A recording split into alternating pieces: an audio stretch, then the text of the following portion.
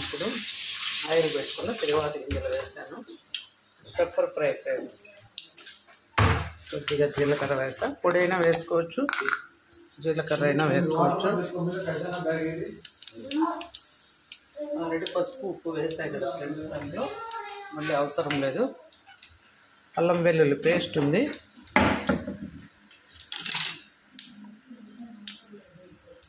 Onions వేస్తున్నా కొంచెం.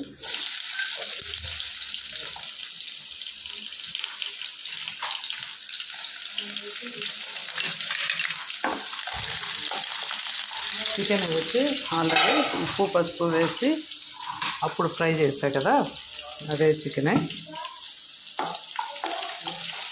కుక్కర్లో పెట్టా కదా ఫ్రెండ్స్.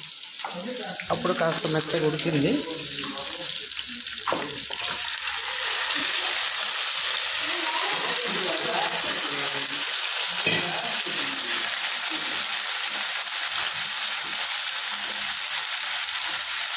ఇంకా వాటర్ లేకుండానే వడగట్టాను.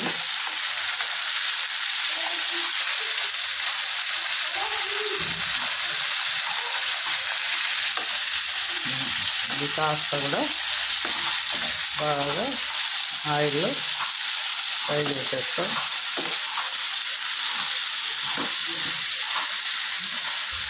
ఇదంతా అల్లం వెల్లుల్లి కొద్దిగా జీడిపప్పులు అదంతా వేస్తాయి కదా పేస్ట్.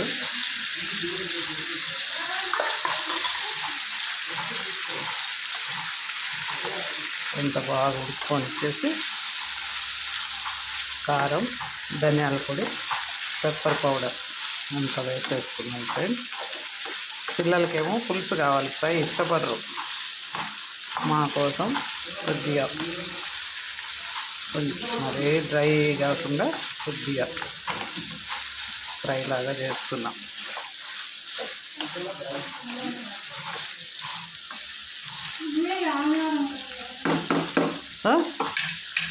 తినిపోమేగా అనుకున్నా, పెట్టుకో అయితే. చూడండి అల్లం వెల్లుల్లి వేసేసాం కదా పేస్ట్. చూడండి సుమారు ఉడకబట్టింది. ఆనియన్స్ వేసా, ఏం టమోటా ఏం వేయలేదు. కొద్దిగా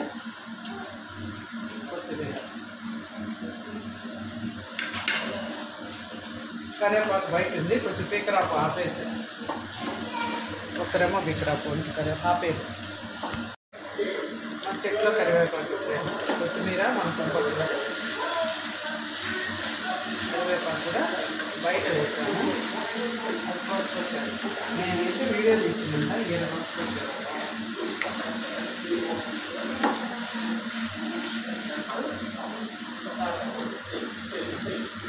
ఆల్రెడీ పసుపు ఉప్పు వేసేసాం కాబట్టి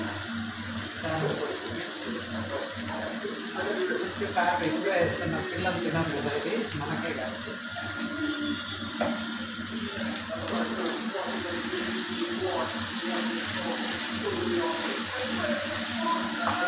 కారం పొడి అంతకు కారం పట్టేంత వరకు కొంచెంసేపు ఆపేస్తాము. సిమ్ చేస్తా. మళ్ళీ ధనియాల పొడి, మిరియాల పొడి లాస్ట్లో వేస్తాం ఆపే. ఫ్రెండ్స్ కారం అంతా ముక్కకు పట్టింది. ఆయిల్ అయితే సపరేట్ అయిపోయింది చూడండి. ఇప్పుడు ఆయిల్ కూడా సపరేట్ అయిపోయింది. ముక్క చూడండి, మనము ఇలా అంటే కసక్కు మరి కట్ అయిపోయింది, అంటే మెత్తగా ఉడికిపోయింది బాగా ముక్క. ఇప్పుడు ఏం వేస్తాం? ధనియాల పొడి.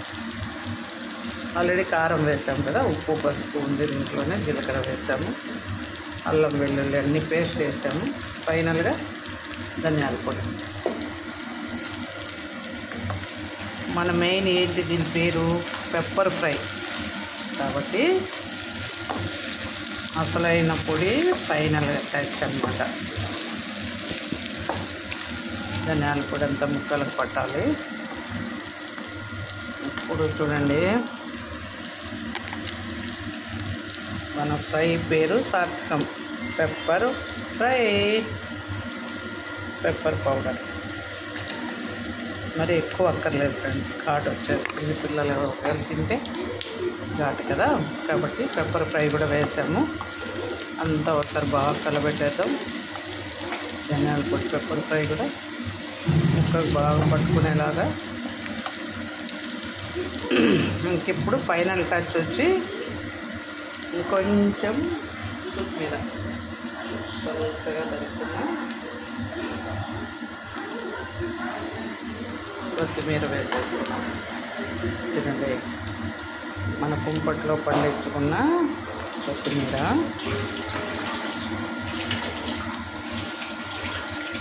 అంతే ఫ్రెండ్స్, ఈ వేడికే కొత్తిమీర మగ్గిపోతుంది.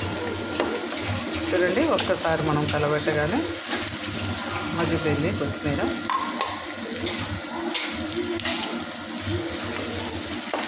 అంతే ఫ్రెండ్స్, మన పెప్పర్ ఫ్రై అయితే రెడీ అయిపోయింది. చూడండి, డ్రైగా వచ్చేసింది. జస్ట్ ఆయిల్ మాత్రమే కనపడుతుంది. చూడండి, ఎక్కడ ఏం లేదు, జ్యూస్గా లేదు.